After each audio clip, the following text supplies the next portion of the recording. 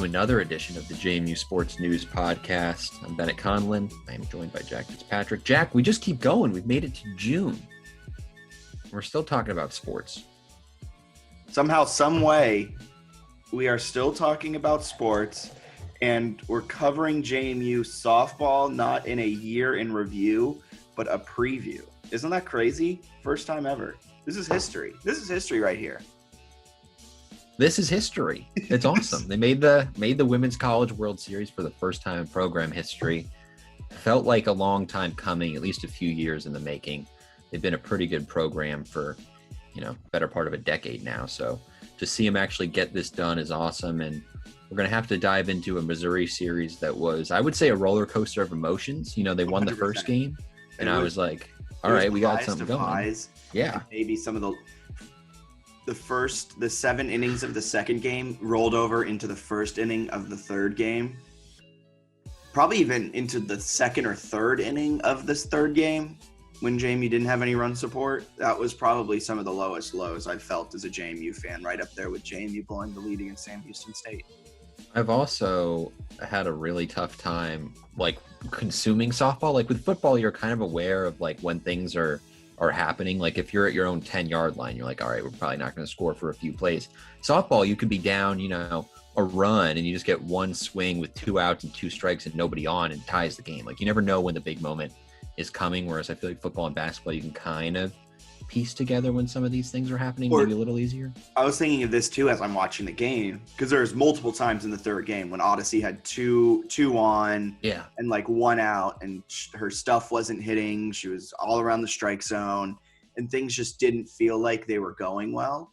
And then you blink, and this inning's over, and there's no damage done. Yeah, it's a really, obviously, kind of like baseball, a really unique sport in that way. But the reason I was bringing that up is because, I thought I think at some point in all the games, I thought they were going to lose all 6 of the games they played in this, NCAA run, and they're 5-1. Yeah, game 1 was the 10-inning marathon where Odyssey pitched 2,000 pitches. There's definitely times that I don't know. It's not that I didn't trust Odyssey. I just didn't trust Liberty not to score, if that makes sense. That was the most roundabout way to say that. But that game, you're going through it, and it's just long. And then Tennessee, I really didn't think we would beat Tennessee game 1. I didn't think we'd get out of the regional. And they, the Liberty game, they scored early, but then they quickly gave up runs, and the bats were so quiet in that first Liberty game. And then they did trail against Tennessee before Gordon helped them take the lead to go up 3-1. And then they trailed again against Liberty and brought Alyssa in, which seemed like maybe it was a move to save Odyssey in case there was another game. Instead, Humphrey was really good. The bats came alive, and it all really worked out. And Humphrey's been really good. She was good against Missouri, too. But, yeah, they were down in both those games. The Missouri first game was kind of like the Liberty first game, where it was just like, oh, my God, someone please get a hit. Both sides were cold. And then they get blown out in game 2. They give up a leadoff home run in game 3 after getting blown out. It was kind of like, oh God, this could get ugly. And then they win by 5. But not even that. They give up the leadoff home run, and then they allow 2 on. And then the next inning, I think, or the next 2 or 3 innings, they allowed a base runner in each, multiple base runners. And you're just like, they're getting chances. Eventually this is going to show through. We're going to need run support. And the bats just weren't hitting. And then out of nowhere, like you said, there's a flare, there's something that gets down, there's a line drive up the middle, all of a sudden you score, and it was an avalanche. They kept saying it on the broadcast. They were passing the bat. Mm-hmm. They'd get a hit, they'd figuratively pass the hot bat. It was insane. It was so much fun to watch, and it was so big. It was just so cool. JMU Twitter was going crazy. Obviously, people were really following this. You got some unique, is that the right way to describe it? If you had told me before the weekend that T.O. was going to be tweeting about JMU softball, I would have been like, probably not.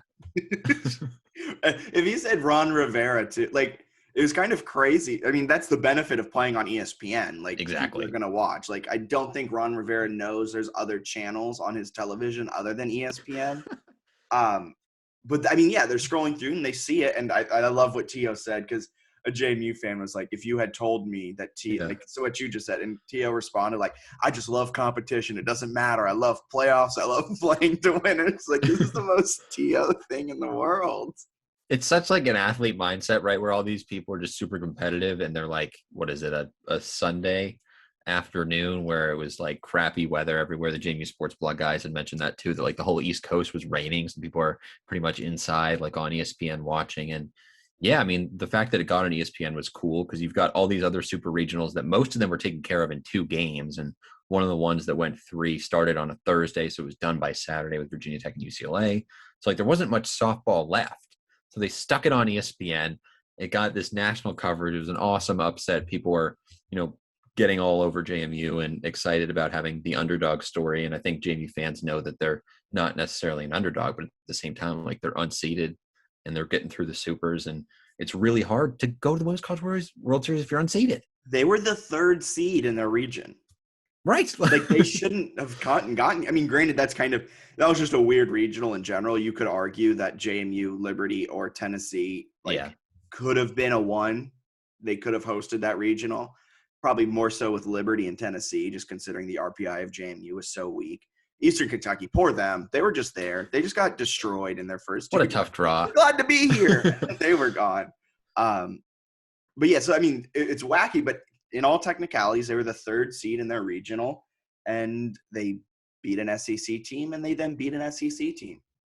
It's awesome. Like what they've done is crazy, and it's so cool to watch how they've done this. And we got to dive into this Missouri series. The 2 things that stood out for me, aside from like the actual result, you got the game 1 7th inning strike zone that just shrunk to nothing, and then you've got the 5 or 6 middle-aged female umpires who are in the front row there for all 3 games. So I'm glad you brought that up, and then I'm going to say the 2 things I want to talk about, and then we'll dive into your 2, and then we'll dive into my 2.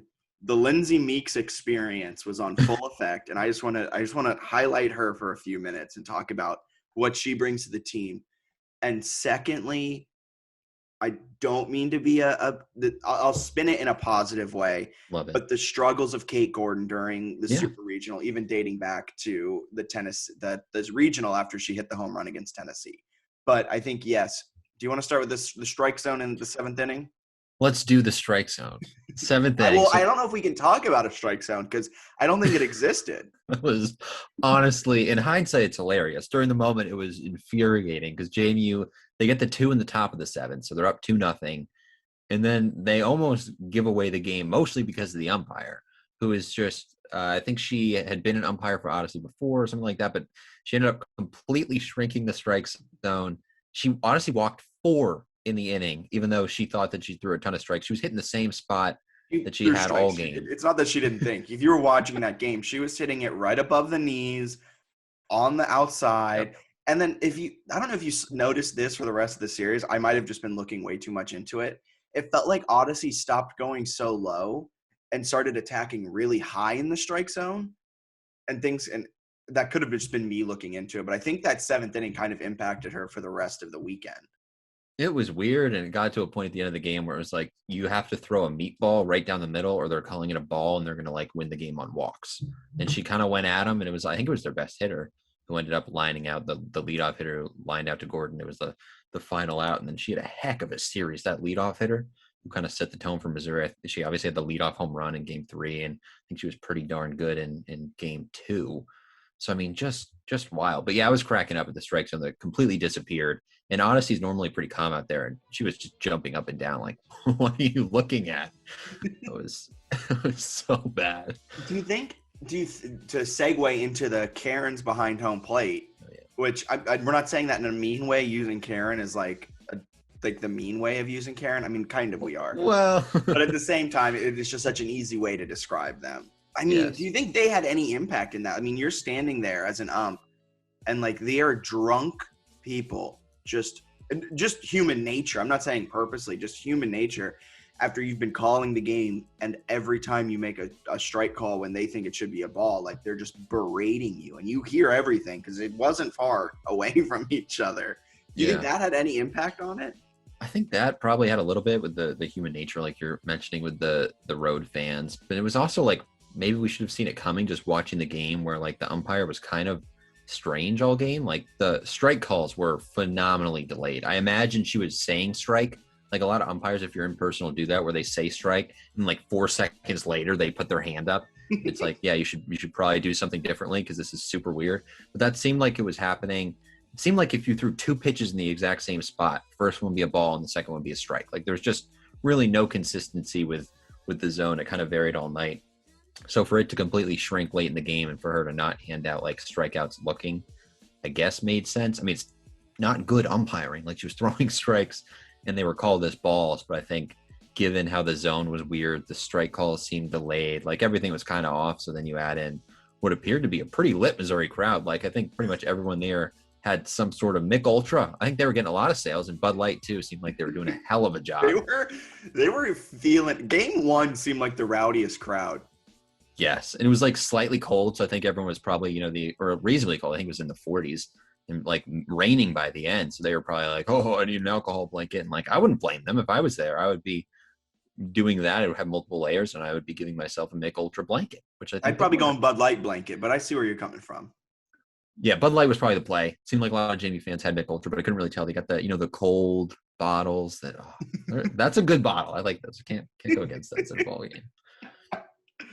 But yeah, throughout the entire series, it was the same women behind home plate, and they just got. When the foul ball went right back to her. That was hilarious. That was incredible. The fans, yeah. Well, they were the most noticeable fans I've ever seen. I mean, it's the second inning of game one, and they're just furious about the strike zone. I'm like, how you've been here for like 40 pitches and you're fuming. And they kept that attitude all weekend. They were, putting their hands up and calling strikes and balls.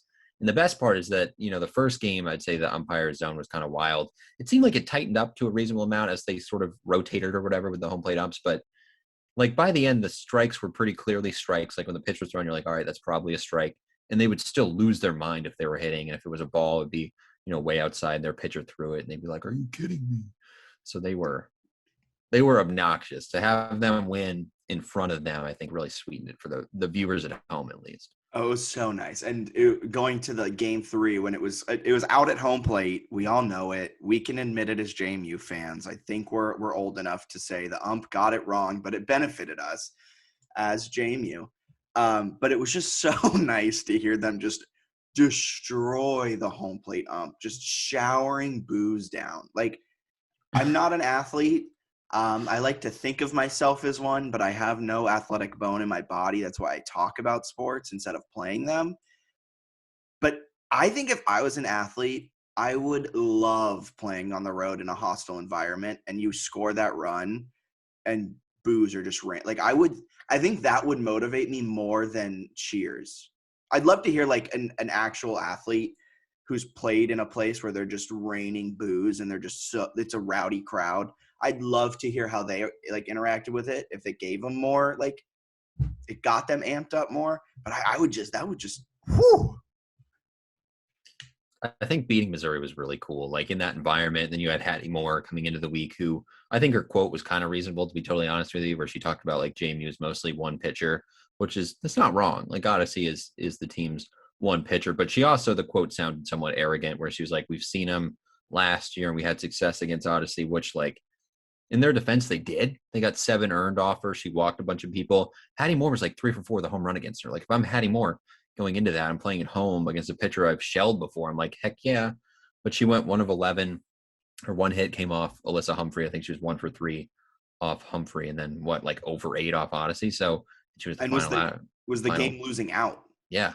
So a tough weekend for her after the quote, but I think you add that, even though I think it was a fair quote to say, but at the same time, it still could have fired up JMU, if that makes sense. So I think that plus the environment, playing an SEC team, you're familiar with the head coach who coached at Hofstra. Like there's a little extra something there, even though she clearly respects JMU. I think that means a whole lot to the program. And then, of course, you're going to Oklahoma City, which is pretty darn sweet. Yeah, I think the way she worded that quote was where it went wrong. Yes. Like you could have worded it in a way of like, we know they use primarily one pitcher. We faced her last season, this, that, and the other. But the problem was that they're only one pitcher. They're all like saying, right, like, that's all they're good for. So I think that's where it went wrong. Definitely, for sure. And then she mentioned, trying to win it in 2 instead of 3, sort of assuming that they would win. Now, I will say, I think if you're any team, you're probably trying to win it in 2 instead of 3. Yeah. Pretty reasonable expectation there. Like if JMU had the choice, they would have won it in 2. Like I think they would have hoped that too. But yeah, you're right. The way it read and the tone and things like that, totally get why JMU fans were fired up and why, players might have been fired up by that too. But speaking of fired up, Lindsay Meeks, the Lindsay Meek experience. Let's get into this. Yeah, I mean, one of the clutchest. I mean, we talk about Sarah Jubis and Sarah Jubis's clutchness all the time. I think we need to kind of get on the Lindsay Meeks hype train of her clutchness. There was a point in game 3 when, I mean, people on Twitter were talking about it. You could just kind of see JMU had no energy. Yeah. You just almost get run ruled in game 2. You start game 3 with a leadoff home run. Their bats are popping. Your bats are completely dead. And there's just no energy. You don't think you're going to win. And then Lindsay Meeks, I think she gets a hit or does something in the field. And, like, it just invigorates everyone. And I think she was 3 for 4. Let me double check that. I don't know for sure, but she had a fantastic game 3. Yes, her coming through at the plate is important. If they can have her, whether it's walks or getting on and hits and the energy, they kind of need that. And yeah, that was, if there's one player to provide a spark, it's her. This is the best part. Sorry. She was 1 for 1 at the plate with 2 walks. There it is. That's the most Lindsay Meeks stat line I've ever heard in my life. But yeah, she was the only person to get walked in game 3, which is just insane. But I mean, you just need to have a little bit of appreciation. And I know all JMU fans do, but I don't think at this point, I think if you're pointing to a position player MVP of the super regional, of the regional, of this postseason run, as great as Sarah Jubas is, she went 2 for 4 with 2 runs and an RBI, which is great. She was fantastic throughout the regionals.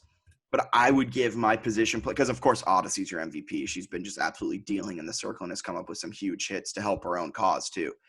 But Lindsay Meeks, just everything she brings to the table, she's right now the postseason MVP for me. She's been fantastic, and the energy is huge and playing some really good softball. And you mentioned this, I think, offline at some point, that like there's no player on the team that you would rather have be the person to secure the final out than Lindsay Meeks. Like from celebration purposes, that was ideal. Line out to third. That was perfect. I mean, one great catch by her, because that was a screaming line drive off the bat that, like, Lindsay Meeks is in, like, if she's not in the perfect position, she's not making that catch. So, like, good for her for studying the film and knowing, like, the tendencies of Hattie Moore. And then makes the catch, and just, like, you see the excitement and Odyssey in the circle just jumping up and down. Like, that was the perfect celebration. And, yeah, the fact that it flew out to Lindsay Meeks, you're just like, sports writes itself. Yeah, just a hell of a weekend. It was awesome. And you mentioned this, to do this, and Chase Kitty had a tweet about this as well, but like to do this, or maybe it was Dom, actually, I think it was. But for JMU to do this with Kate Gordon not really producing at the plate is so incredible. Yeah, Kate Gordon was 0 for 10 during the super regionals. And if you even kind of date it back to the regionals, she was kind of been quiet since her home run against Tennessee. I'm not sure what that's about. Not going to like bag on her for that. It's a hard game. You're playing against some of the best competition right now in the postseason. What's more amazing is that even with your star offensive player going through a cold streak, which is bound to happen, you're going to regress to the mean after her CAA tournament where she went 100 for 100 with 100 home runs. Like, this is to be expected. But what's awesome is that Sarah Jubis, we talked about Lindsay Meeks, Logan Newton especially, Odyssey's making a couple big hits when needed. Nyokis, game kind of turned when Nyokis got into a talking match with the first baseman, which was really fun. But I mean, just the rest of the lineup. And Chase Kitty tweeted this. I'll give him his props after you give Dom and his tweet props. Chase tweeted that the bottom of the order in that game 3, the bottom of the order was more dangerous, in my opinion, than the top of the order in game 3. Like, the second you got to 5, 6, 7, 8, 9, they were hitting. They were getting after it and would turn it over then to Sarah Jubis and to Logan Newton. to really keep it going. It was awesome to see. But I mean, but back to the point, Kate Gordon was 0 for 10.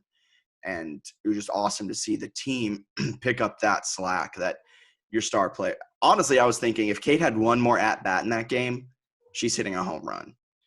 She's so good. And I think she'll probably at some point in Oklahoma City do something impressive. And she's been solid in the field. And I mean, they don't win the Tennessee game without the 3-run home run Oh yeah, from no, Kate Gordon. So exactly. she's still giving them something. But yeah, I think we're accustomed, especially after the CAA tournament, where it was like, oh yeah, she homers twice every game, including a leadoff home run. This is just what she does.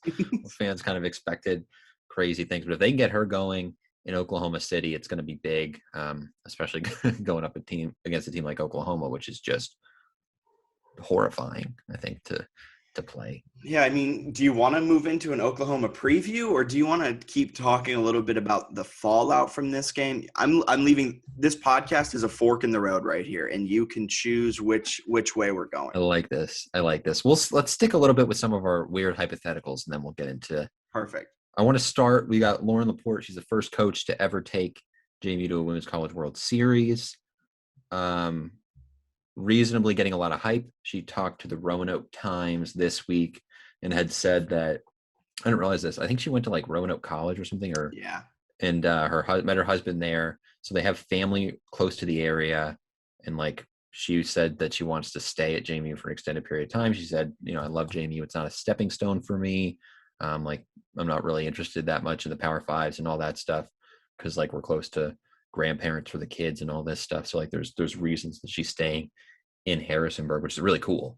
But I was curious, just like the Mickey Dean, Lauren Laporte conversation is like, where do they both stand in terms of what they've been able to do? And I know some people have sort of put Laporte ahead of Dean in terms of her coaching ability. Me personally, kind of want to see a little more, but I do think she's a really good coach. Yeah, I mean, Mickey Dean had them bases loaded, your best hitter up, away from away from the Women's College World Series, and they just didn't come through. Like that. Like that's the way sports are. So this is such a tough question. I think Lauren Laporte has the better trajectory if you're considering age, like everything involved with it. But I think Mickey Dean, when he left the program, was a better coach. But if you ask me today, I know I'm adding so many qualifiers to this. Mickey Dean sucks at Auburn right now. Like, homie's about to get fired down there because he just isn't producing. And so, like, if you ask me today, right now, who do you want? I'm picking Laporte. But if you're talking about, like, who had the better impact on JMU, I think it's Mickey Dean. But what I'm saying, too, with the trajectory, Lauren Laporte has a lot of years left based off of that quote. She wants to be there for a while.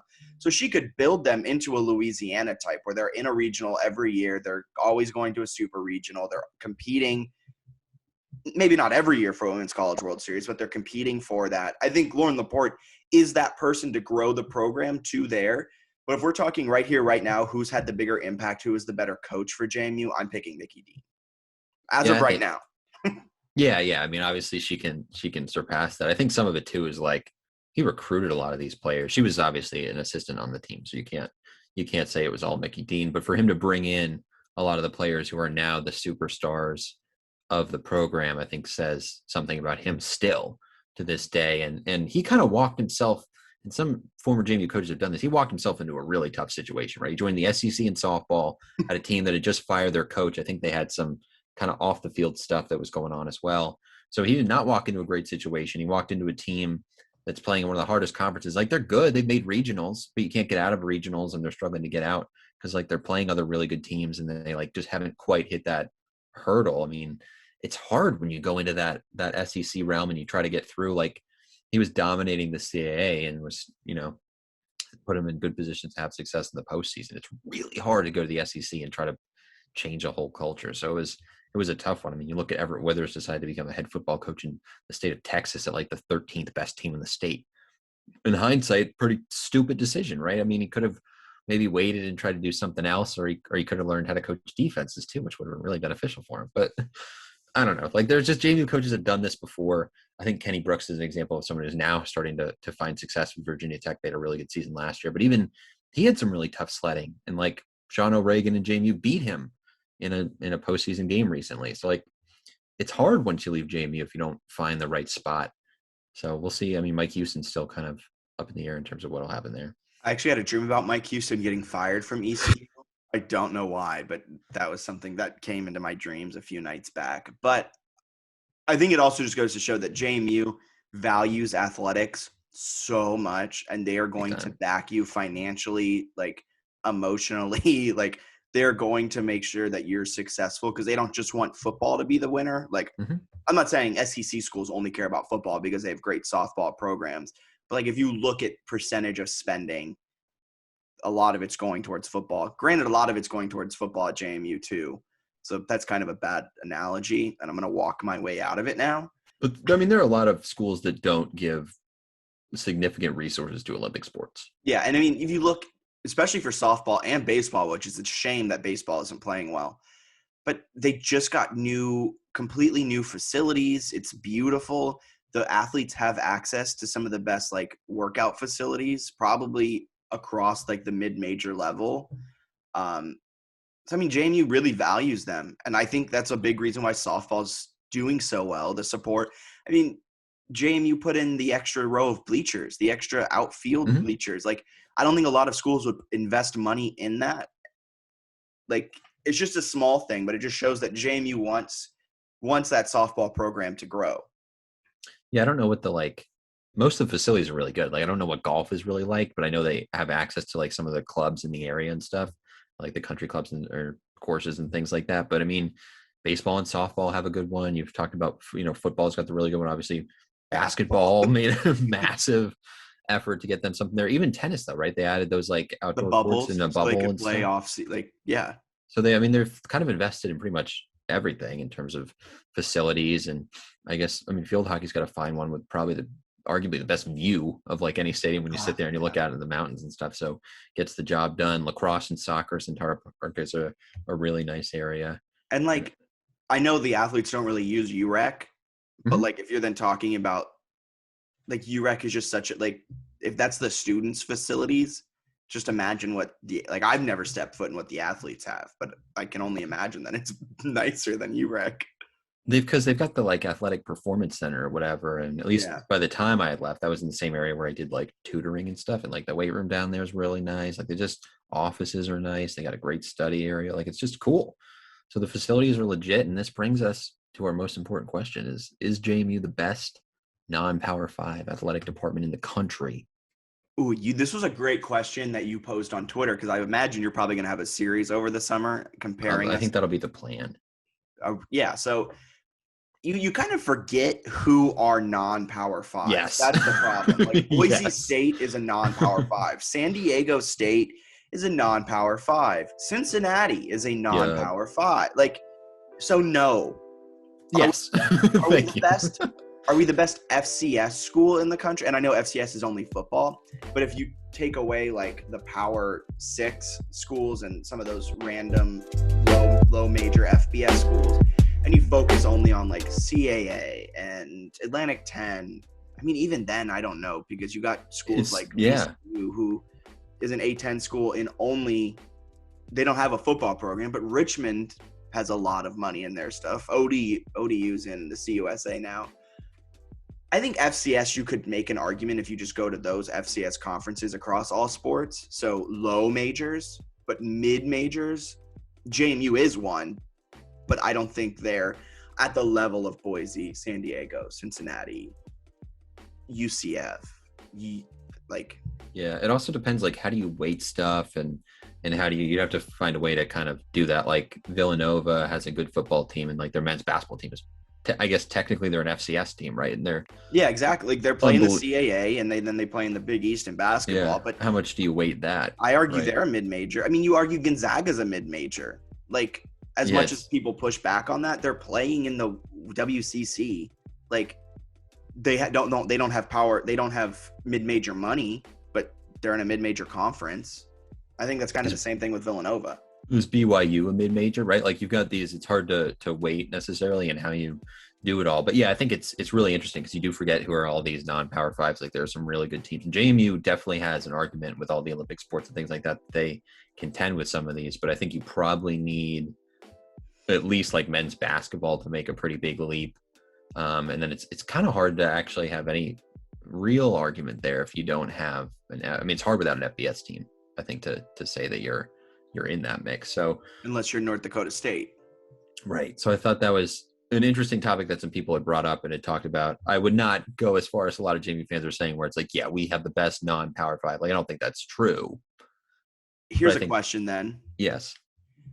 Not saying best, because that is tough, like you said, comparing to FBS. But let's kind of change the question a bit to most national relevance, most national stage success. Are we the best in terms of national stage success in the state of Virginia? In terms of the mid-majors? In terms of all of them. Because you could argue that JMU, granted, now this last season, Virginia Tech just took UCLA to 3 games, and that kind of muddies the water a bit. But you could argue that JMU has some of the best athletic programs in terms of national relevance. They're up there. All Virginia schools. Lacrosse is fantastic. Golf just came off their good years. Women's basketball is a perennial contender that beats UVA and Virginia Tech year in and year out, and is making NIT runs or even NCAA basketball like tournament runs. What are your feelings on that? I think UVA blows them out of the water, just having covered them very closely. Men's basketball has a recent natty. That's valid. I forget about that. Swimming and diving just won a national title for them. Lacrosse won one over this past weekend. All right, never mind. Men's tennis and women's tennis are both top 10. So yeah, that makes it tough because they've been really crazy, and it's easy to forget like how good they've been. And then Bronco Mendenhall actually makes the football team respectable.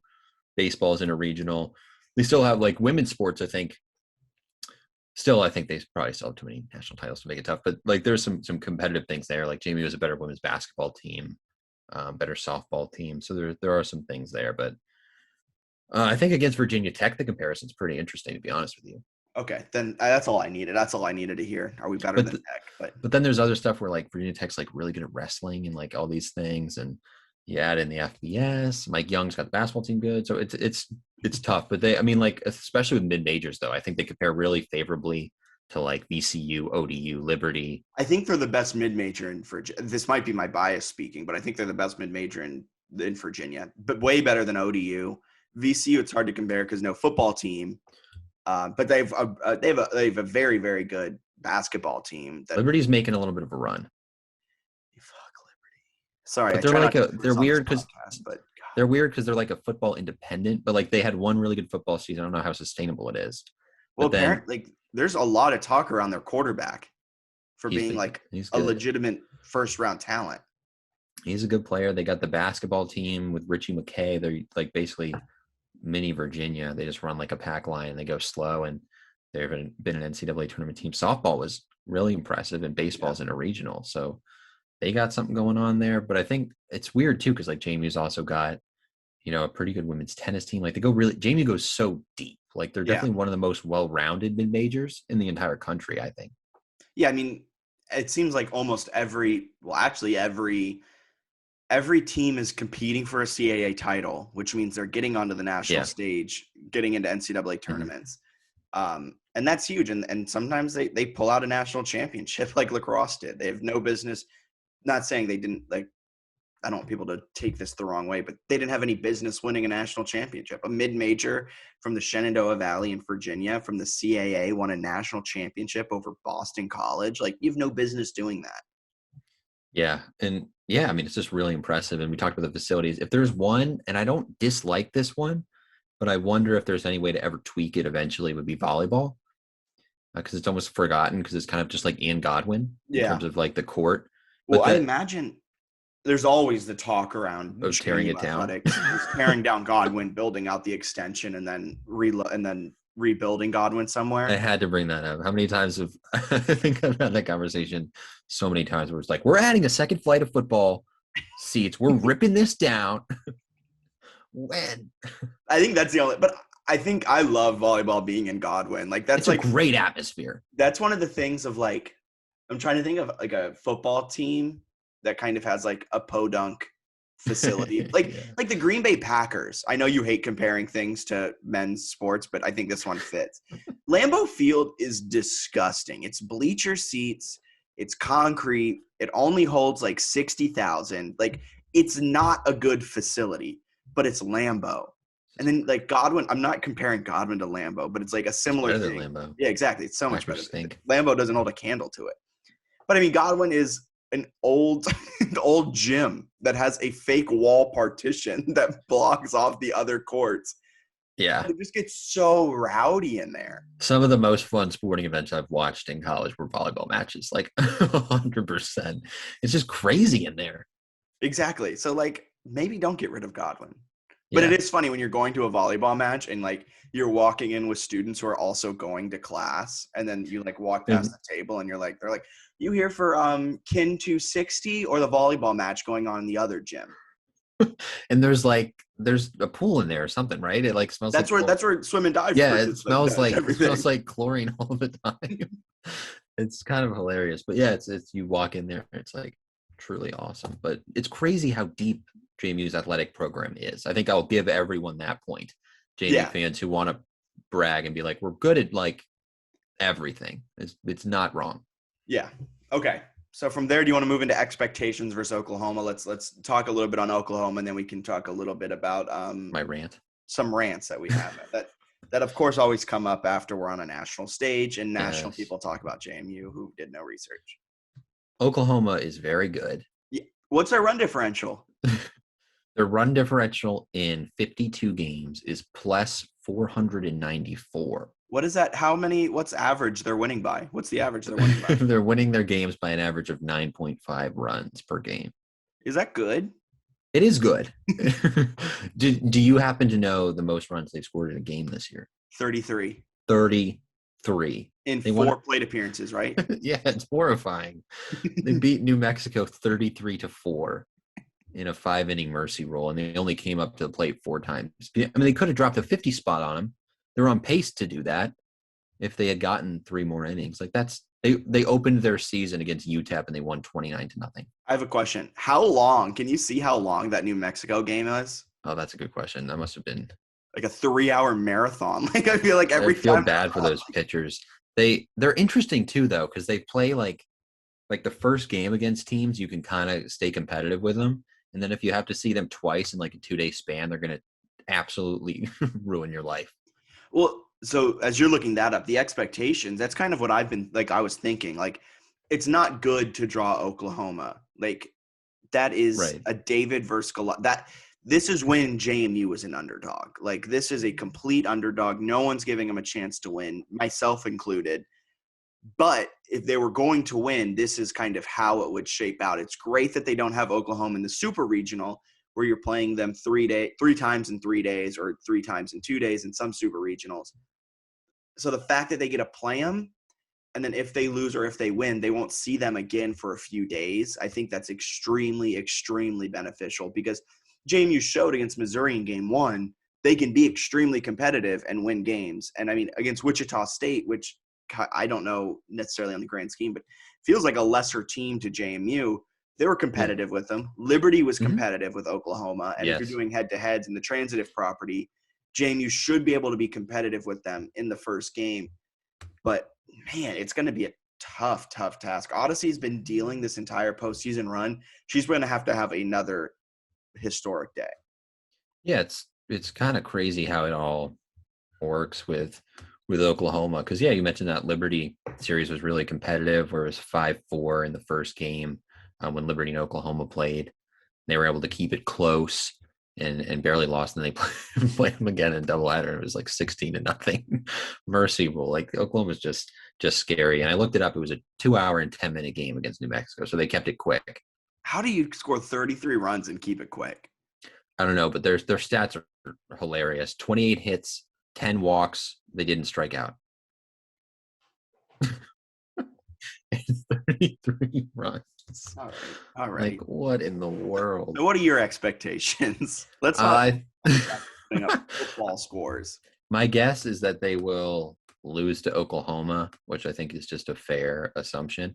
Although, I mean, I think they can keep it competitive in the first game, depending on how they come out. You're also dealing with, what I would guess would be some of the most nerves you've ever felt, right? This is a historic achievement, playing on the biggest stage. Like, I would have butterflies. I'm going to have butterflies watching.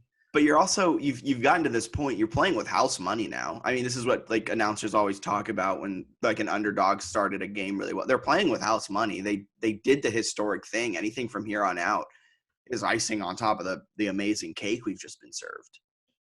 Yeah, I mean, for sure. They're going to go in. I think they're going to play with their hair on fire. I also think you can't totally escape that, like, oh my God, look at all the screaming people, especially after a COVID year where you're, Especially that OKC just installed the second story of bleachers and it's already sold out at 100% capacity.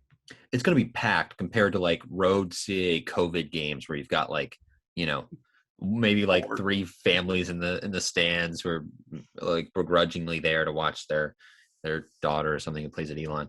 No, I'm just kidding. But I think it's probably not. I mean, it's just gonna be crazy. I think they'll be relatively nervous, but they're also good and they're really competitive. So I hope they can keep it close. I think they'll probably lose, like I'll say, like 4-1 or something to Oklahoma. And then you get the loser of Oklahoma State, Georgia in an elimination game, which would be Saturday if they lose. And I think they've got a chance to at least win a game. Like I think they'll be competitive in that. And I also think if they lose, you know, you got an extra day of rest. You've got some of those initial butterflies out, and you're playing a team that's not as good as Oklahoma. So yeah, I think there's definitely a chance that they could at least win a game or maybe even two in the Women's College World Series. I mean, JMU is 2-1 against the SEC in postseason play so far. So 3-1 because of the two Missouri games, and then they got Tennessee. fuck, you're right. So 3-1. hey, if they get unseeded Georgia in the loser bracket or something, but if it's Oklahoma ESPN Thursday at noon, it would be insane if they won. I'll say that if they like play out of their mind and they pull off an upset against Oklahoma, I'll probably pee myself and then I will just decide that they're winning the national title. If here's to me the game plan for them to have any shot at beating Oklahoma. Score more runs. Exactly. Odyssey has to be dealing. Yes. And their bats can't be quiet at all. They have to get on the ball quick. If Kate Gordon leads off with a leadoff home run, I'm not going to ask for that, but please let's make that happen. Sports gods. Like, they're going to have to start the game at such a rapid pace. Not because Oklahoma's going to, like, hang 30 on them. I do think it's going to be a relatively, like, low-scoring game. If for podcast listeners, I put big-time quotation marks around that because I don't think – just based off of how Oklahoma plays teams the first time, they don't hang 40 on you the first time. So I think it'll be a relatively under 10 for Oklahoma scoring game. So JMU will have a shot, but their bats just have to come alive, and Odyssey's going to have to not allow balls to get into play. Like, I think if they're hitting contact, it's going to get dangerous. It's just so hard to really stop Oklahoma. Like, they're so good. Like, they hit like it's like 420 as a team, and no one else in the country hits over 350. That's insane. They're hitting the ball 42% of the time as a team. Yeah. That means probably there's people on that team that are batting 500 or better.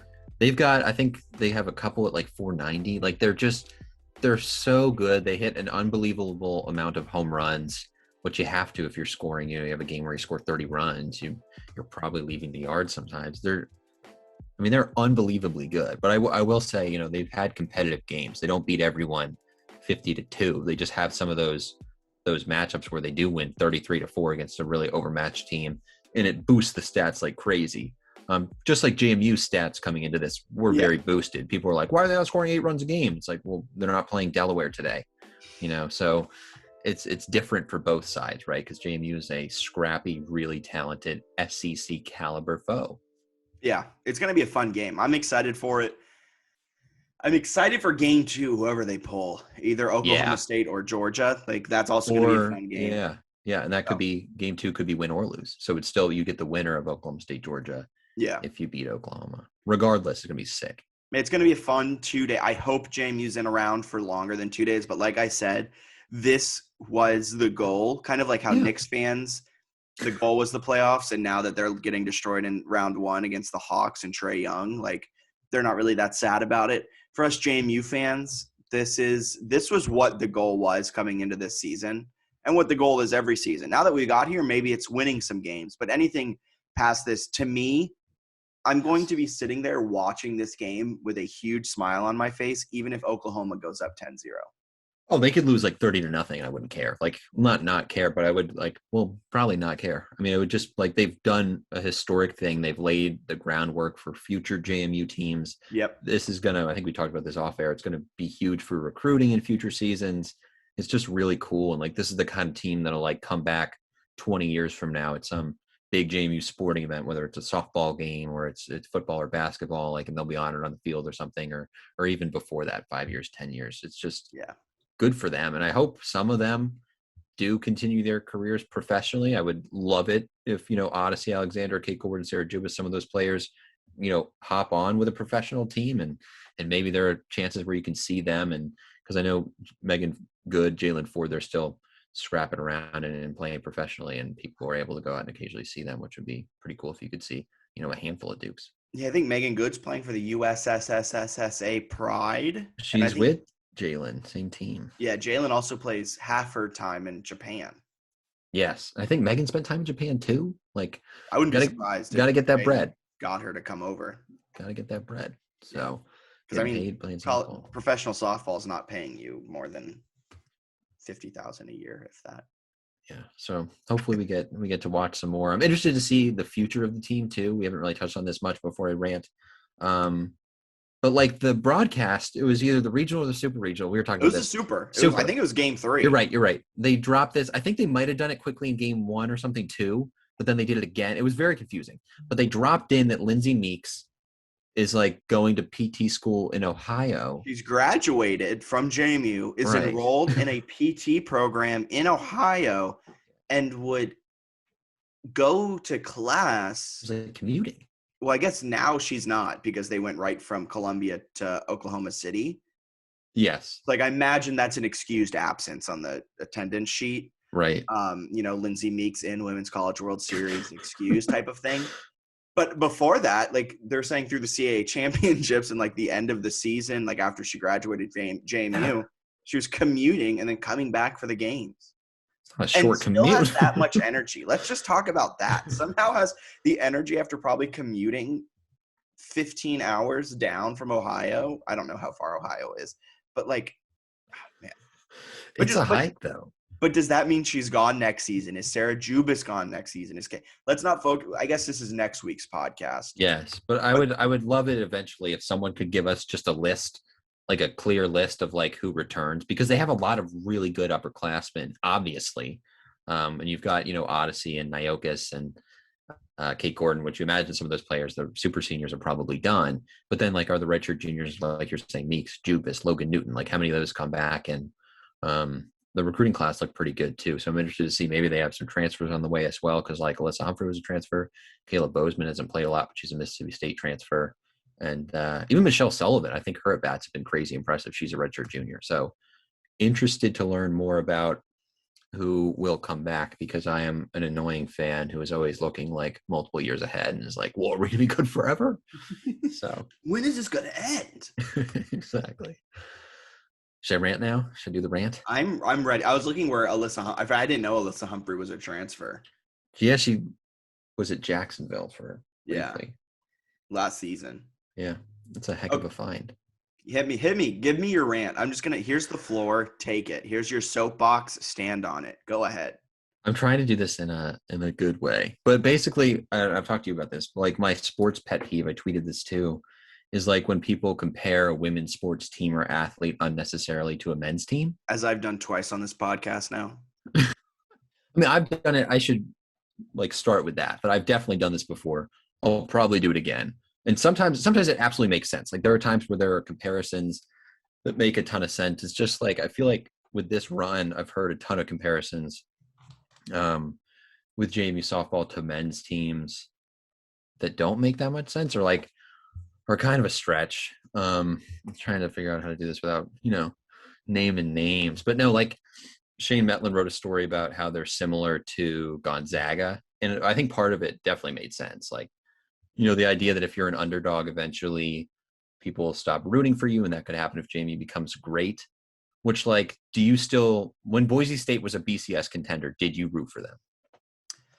I didn't follow college football all Really? that closely at that age, because BCS, well, granted, we're the same age, but like, like Yeah. I was really into Virginia Tech back then. I know, terrible Oh, to say that don't as a like any of it. JMU alum. But my dad went there, so I was a de facto Tech alum, Tech Gotcha. fan. Gotcha.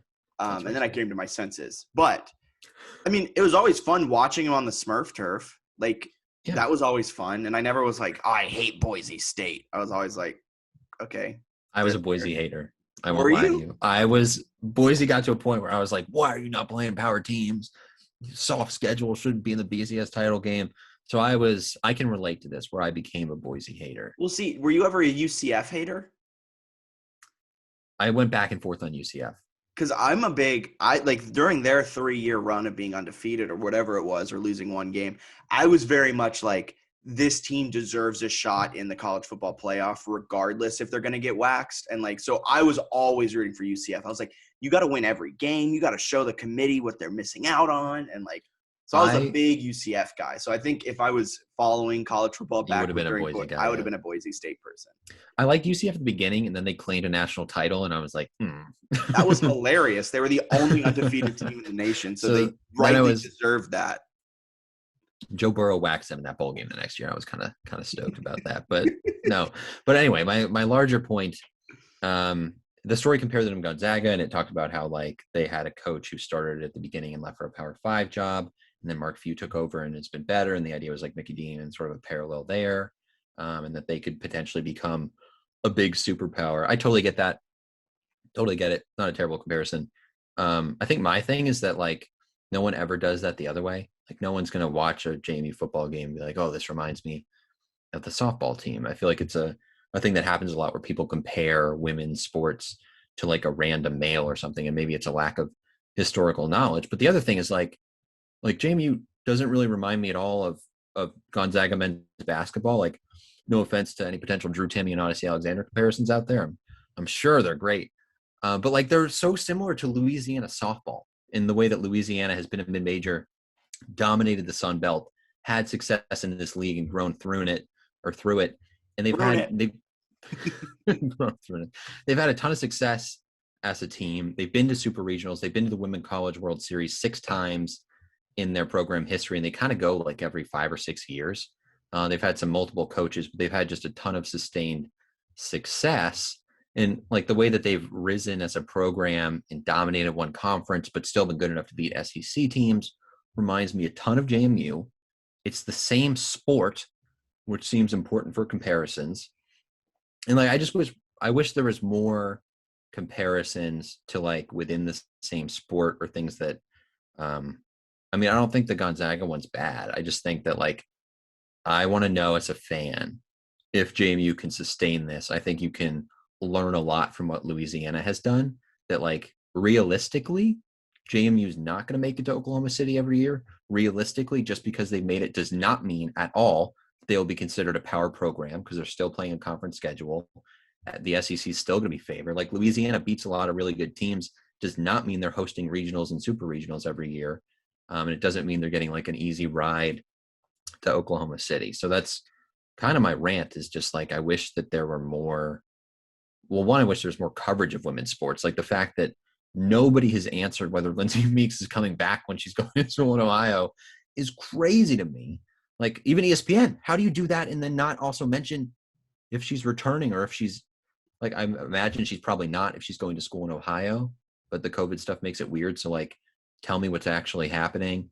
And then at the same time, I wish there were more comparisons to like, hey, JMU stacks up or makes sense as a comparison to this team, and here's what you can expect in the future based on what they've done. I think that'd be way more valuable than saying that like they remind you of a 2006 football team or something, that like people have done these weird comparisons. Yeah, I think just in the day and age of, not to get like into the politics of social media and local journalism, but like clicks sell. So like, who's gonna, like a casual fan Yes. isn't gonna click on 100%. JMU is the early 2000s Louisiana softball program, and it's like, okay, but like I'm gonna, like a casual fan's gonna click on JMU is Gonzaga, and it's like, whoa, they just won the national title, man. 100%. I think the comparison has aspects that make sense, and then at the same time, I go and I'm like, Gonzaga spent an entire season as the number 1 team in the country. Like JMU softball is not anywhere near spending an entire season as the number one team in the country. You were absolutely right about the clicks. Someone else was replying about my general thing about women's sports being compared to men's, saying that most people have more knowledge of men's sports, which is why they do it, because they don't have a lot of things to like pull off of. Like I imagine most JMU fans don't know anything about Louisiana softball, but they probably have seen Gonzaga. Yeah. So it makes more sense. Like I totally get that. I totally get the clicks aspect. This is mostly a me problem, 100%. Well, But no, I get what you're saying too. It's like, how are you going to grow women's sports? Just if you in always general, have if to you're compare it only, to a yeah, man. yeah. Yeah. And like, Especially if I think some of the comparisons do make sense. I think the Gonzaga one again, and I'm mostly using this as an example. I feel bad for like piling on this story. But like, I think that a lot of them do make sense and have areas, but at the same time, you can easily poke holes on like JMU has 2 decades before they could actually be a Gonzaga. Like Lauren Laporte's in what, her 4th season or something, like yeah, 3rd season. I don't know. So like, in 5th. yeah. So whatever it is, like they've got a long way to go to be one of the top. They're also getting recruits. You had said this off air. Gonzaga gets like 5-star studs. Like JMU is still finding some of these like diamond in the rough recruits. Yeah, JMU lucked into Megan Good because Yeah. like she was a volleyball player and no one knew she could actually throw a softball and become one of the top 3 best players in the nation. And then Odyssey Alexander kind of lucked into her as well. She was this not rough, but she wasn't as refined as like a Rachel Garcia type. And it turned out that once you kind of sanded the edges and made her a fantastic pitcher, she's a top 100, if not top 10 player when she's at her best. A lot of these people played on like this, and everyone should read this. We retweeted it. It was a Graham Hayes wrote a piece for D1 softball. But a lot of these players played on a travel team. I want to say it was like Chicago area based. But a lot of them, including Odyssey, I guess at some point was somehow on this team, even though she's from Virginia. And they have gotten so many recruits, like all of their best players. Like you look at like the top 4 people in the lineup, they're all like familiar with this travel team. And like all these people have these Chicago ties that Mickey Dean was connected to and like recruited. So like there's some crazy stuff there about how they've gotten some of these players. I don't think Megan was a part of that, but just wild how they've actually done it and the connections and different things there. So it's, yeah, I mean, they're still working pretty hard to compete with Power Fives. I guess my main thing is like, I hope there's more women's sports coverage in future seasons where we can be like, hey, this applies to this, or this reminds me of this, instead of every time someone has to be like, you know what baseball pitcher Odyssey reminds me of? And I'm like, please stop. None of them, because none of them pitch how Odyssey pitches. Which one was pitching underhand? Like a general critique on it, and this also comes back to us if we're putting the mirror up, just like better softball coverage year round. Like this team is a women's college World Series team, and the only time like we covered them lightly, we would talk about them every podcast, we do a little bit of a dive, but like there just wasn't a lot of information out there. So I would love for local media to, I know they can't afford a beat writer because money's tough in local small markets like that, but just something where like we're getting a story once a week on softball or feature content or something like that. Cause that's the biggest thing. Like women's sports aren't going to grow, especially when you have a women's college World Series team in your backyard. Like give them the love they deserve year round. I mean, that goes for all the women's sports and men's sports. I think something that stands out to me, like going off of that point, is like Odyssey Alexander is a breakout star of this tournament. She is a huge star at JMU. She missed like a month of the season with a hamstring injury, and I didn't know what the injury was until like the end of that month. I didn't know why she was missing games. Yeah, exactly. And that should be like that's. I don't even need a story, but I would love like someone to tweet Odyssey's out for the next month due to a leg injury. Like it doesn't even, because I know JMU's tight-lipped about injuries. Right. So you don't even have to tell me hamstring. You can just say with a leg injury or like. I think it eventually got into some of the coverage, but yeah, like you're saying, and I guess this year is not the ideal comparison, right? Because you got the football team making a national title run in the spring and things like that, and all that. I guess even the soccer team was competing. Like it was weird.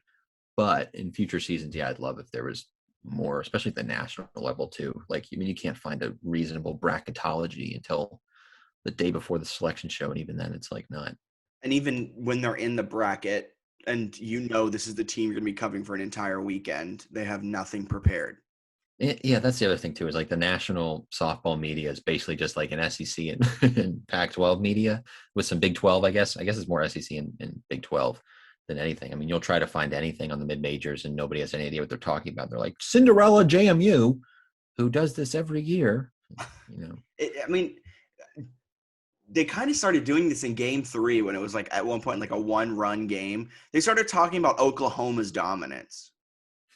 And you're like, this is a 1-run game with 6 outs left, and like this may be the game of the week, and we're talking about Oklahoma's dominance in the 6th inning. Yeah, it's just and a lot of this is me just being like way too tuned in when someone else had also basically replied. They're like, you probably watch like 5 to 10 times more women's sports than most people. I was like, fair, because you're like a college journalist or whatever. I was like, yeah, I guess that does check out. But at the same time, like it'd be really cool to have more information consistently, because I think the main stuff is like ESPNW doesn't do a lot. You got D1 softball, which is I think connected to D1 baseball, but they're doing a lot more about baseball. Then Softball America, which I guess is connected to Baseball America, which again is way more baseball. Yeah. And then at the same time, like they're both subscription based. And if it's going to be kind of like hit or miss content where you're like ranking the top 25 players going to the Women's College World Series and not like detailed features, I'm absolutely not paying for it. Like, no offense, just I want to know stuff I don't know. Like I know who the 10 best players in the thing are if I cover college or follow college softball at all. Here's our thing. JMU, give us access and we will write in-depth features on any player you want. You want an in-depth feature on the 3rd string something or other, like we will do it. Just give us access if they're listening. We might have to start doing that next year more, where we're trying to get some, or at least trying to get more information on like Olympic sport injuries and things like that. Might be able to get some info. I would love to start doing golf. Hey, if somebody wants to pay our salaries and give us a full-time thing. Anyone out there listening, if you guys want to pay us both enough to quit our current jobs and do this full time, we will become the best media entity at JMU. No offense to the Daily News Record or WHSV. They do great work too, but we have big egos. So we like to think we're the best at everything we do. Huge egos, Jack. But yeah, that was my rant. I wasn't trying to necessarily call out the Gonzaga thing. I think it was a really good example, because it's not a terrible comparison at all. It's just one that I wish. And again, I totally get what you're saying. Like Gonzaga draws more interest than Louisiana softball, but I think there are some comparisons that I hope we learn, and I hope that somebody takes a deep dive into who's going to return for JMU softball, what the future looks like. If they don't, we'll figure it out. We'll do the deep Who knows? dive. Maybe we'll just send an email now to the SID. We should be like, who's coming back next season? Like, is this information you guys are sharing? And then just tweet like. Honestly, what's the worst they can say? We're not releasing that information right now. Some of them might be saving it, but until after the season ends. But hopefully we learn it soon. Yes. They may give it to us, and I'm very excited for Thursday. I am too. Tomorrow, we're recording this Monday evening, Monday 5 p.m. So we're very excited for Monday. Tomorrow. Did I say Monday? Yeah. Wednesday. You're having a week. I am. It's been a week. I worked. Wait, it's Wednesday? Yeah. Oh yeah, I don't even know. My day. Were you supposed to work today and you just like totally bailed for this podcast? Yeah, exactly. That was it. No, I thought today would. I don't know. Never mind. I'm losing my mind. So, anything else to add? This was an all softball podcast breaking down Missouri, previewing Oklahoma's scary run differential. But anything else you want to add? No, I'm ready to go. Awesome. For Bennett Conlon, my name is Jack Fitzpatrick. You guys have a wonderful rest of your day. JMU first pitch tomorrow, Thursday on ESPN. Yes. What time? Noon? At noon. A noon first pitch. So have a wonderful rest of your day. See ya.